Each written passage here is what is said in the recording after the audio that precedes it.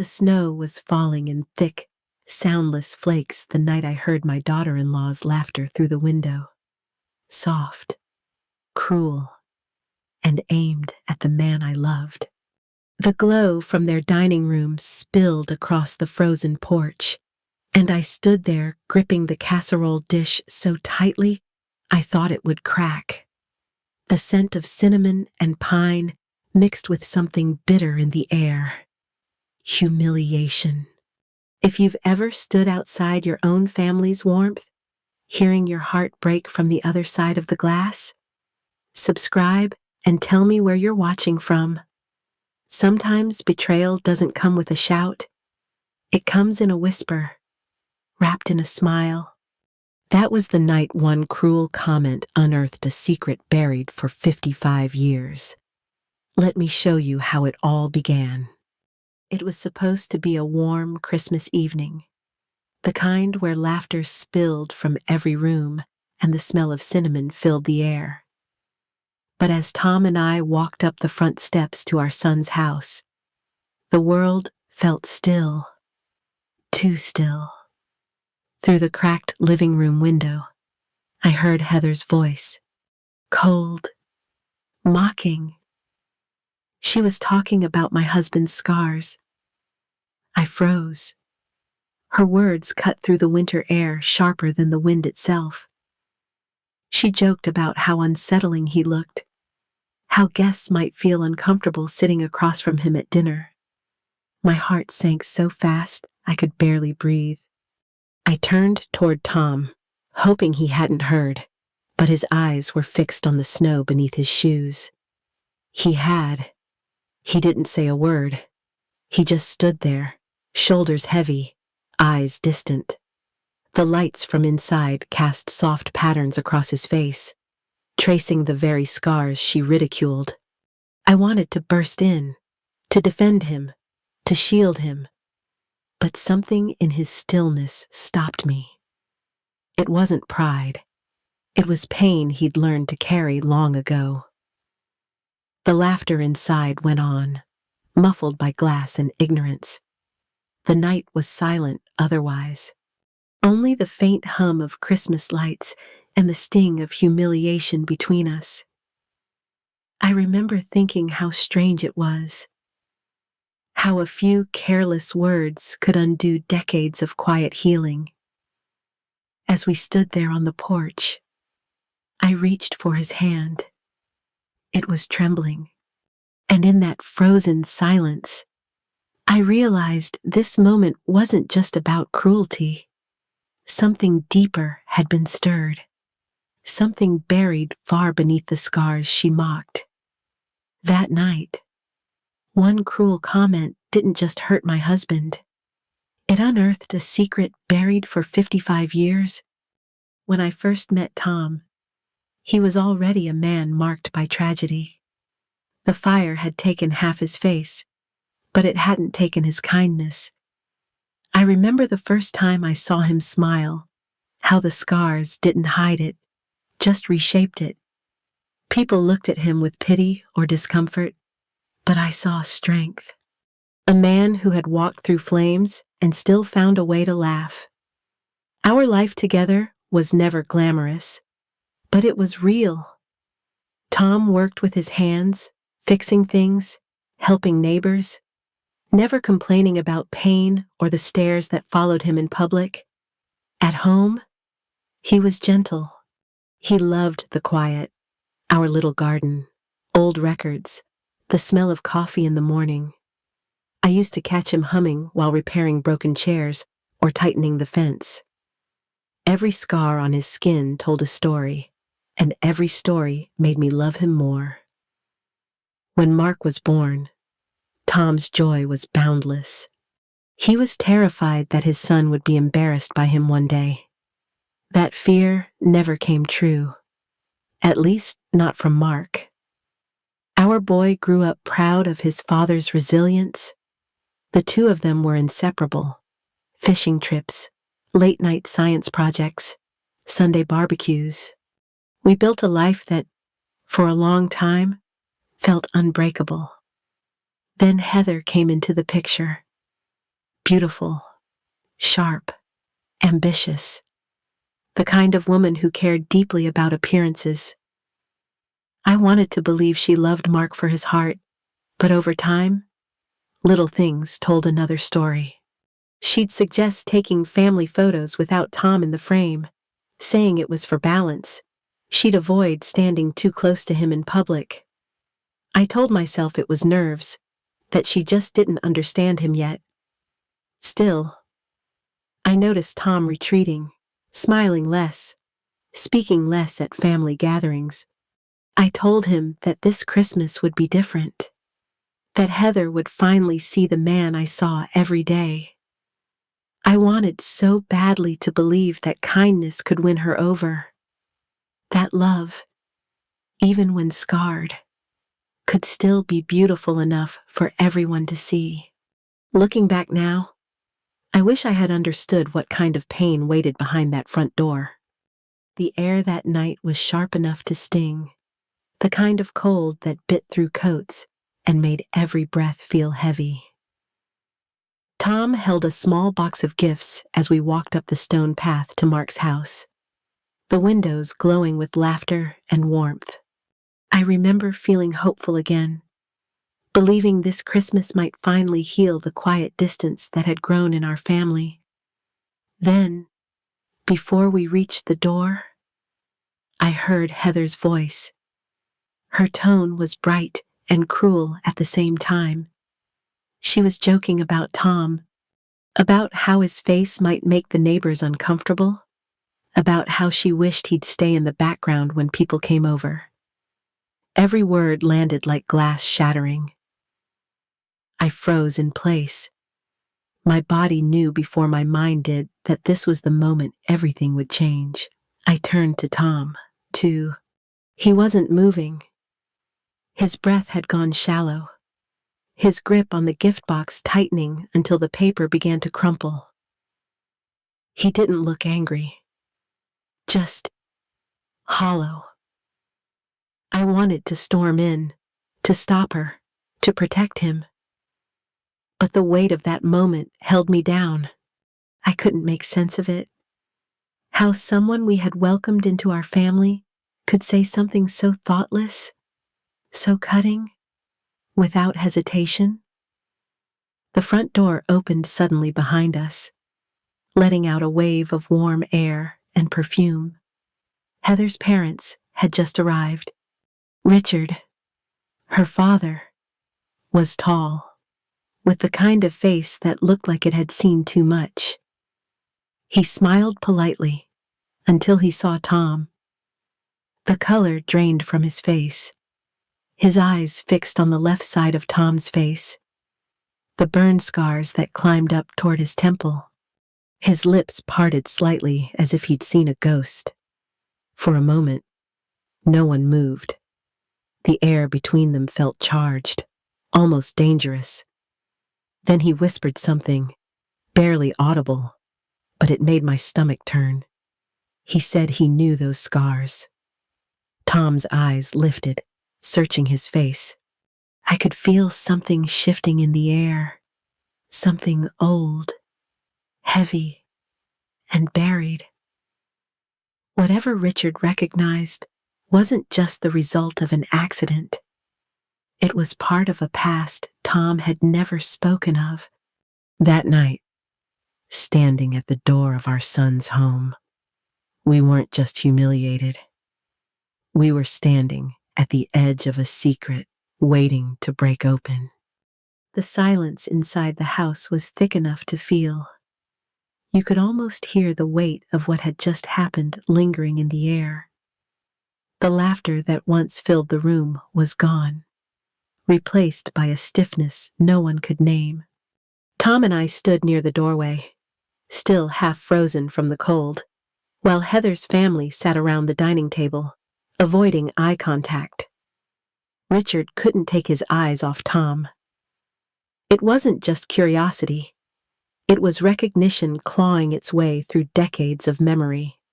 His hands trembled slightly as he leaned forward, studying the contours of Tom's face, the way the burn scars curved along his jawline.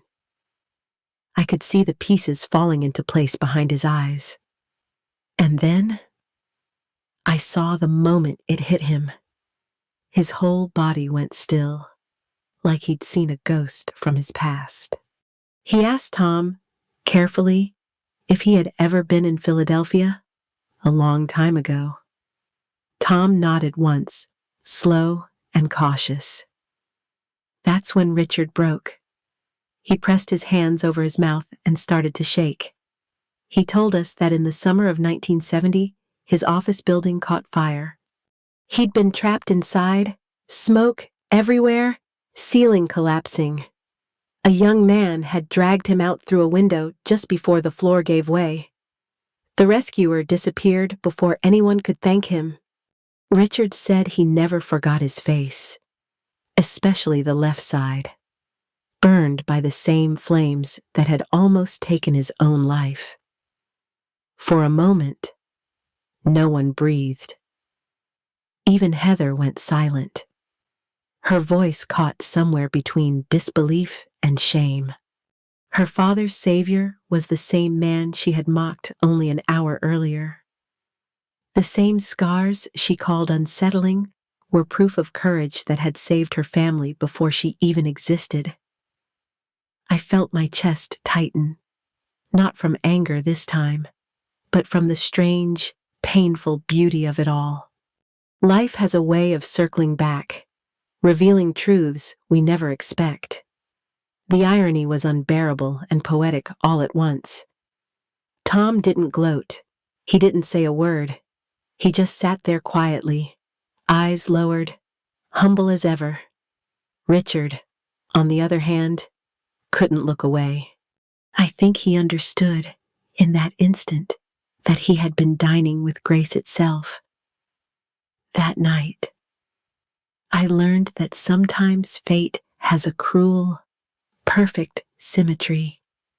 The man she mocked for his scars had earned them saving her own father's life. The days after that dinner felt suspended in silence. Tom hardly spoke. He moved through the house like a shadow, spending hours in the workshop but never touching his tools. I tried to comfort him, but there was a kind of wound words couldn't reach. The humiliation, the irony, the sudden glare of truth, it all blended into something neither of us knew how to process. 3 days later, the phone rang. It was Mark. His voice cracked as he tried to make sense of everything. His father-in-law's revelation, his wife's behavior, the shame that followed. He said Heather had locked herself in their room since that night, refusing to talk. He didn't know what to believe anymore. That same afternoon, I got a call from Diane, Heather's mother. Her voice was quiet, trembling. She told me something that froze the blood in my veins. Heather had known. For years. She had known that her father's life was saved by Tom. She'd even been told the story growing up. But when she began dating Mark, she made her parents promise never to mention it. She said she didn't want people connecting her family to a disfigured man. Diane admitted she thought Heather had outgrown that cruelty.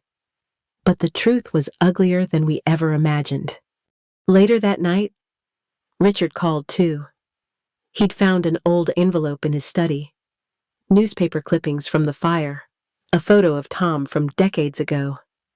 Heather had taken them years earlier, buried them in storage. And more recently, he'd discovered she paid a local publication to pull a human interest article that had mentioned Tom's heroism. She wanted to erase the connection entirely.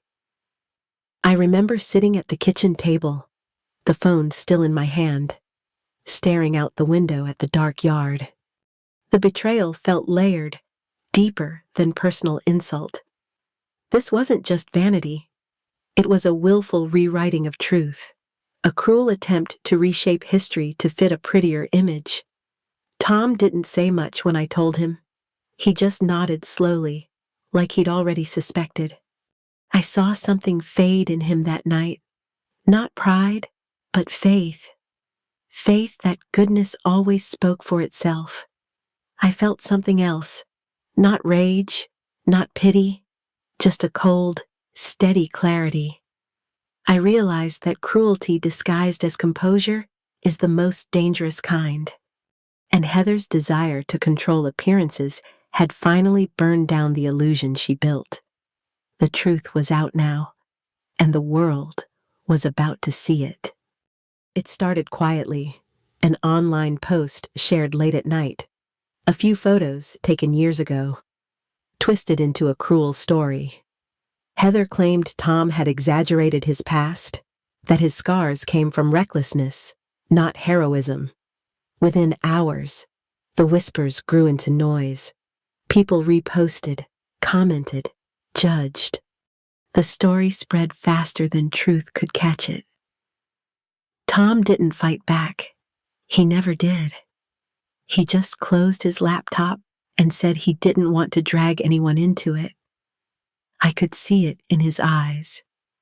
The same hollow stillness I saw that night on the porch. I wanted to scream, to defend him to the world. But he asked me not to. He said people reveal who they are without help. For a week, the house was silent except for the phone that wouldn't stop ringing. Neighbors called to ask questions they didn't deserve to ask. Old friends stopped visiting. Even Mark stayed quiet, caught between loyalty and shame. The cruelest part wasn't the lies. It was the ease with which strangers believed them. Then, everything changed. Richard called.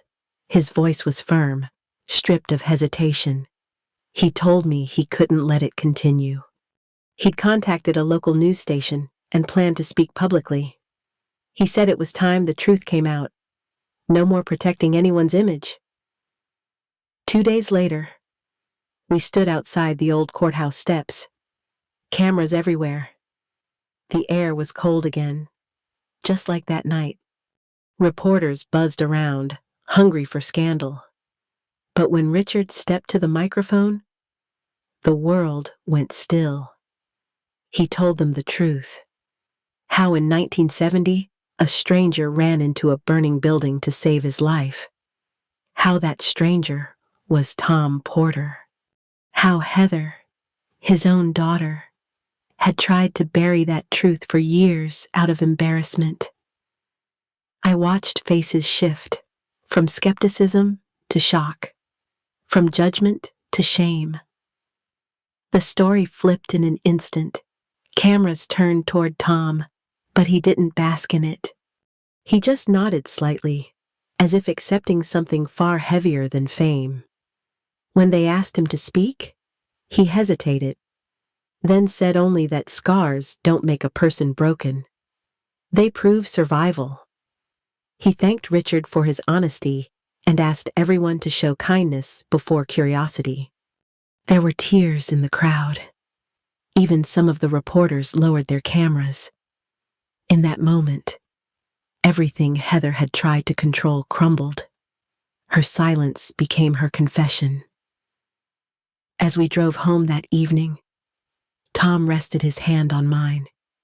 He didn't look relieved, just peaceful, like a man who had finally been seen for who he really was. After 55 years, his scars finally became medals. A year later, our house was filled with light again. The snow outside glowed under the porch lamps, and laughter drifted from the dining room where family gathered around the table. For the first time in years, I felt peace settle over us like a blanket. Quiet, gentle, and earned.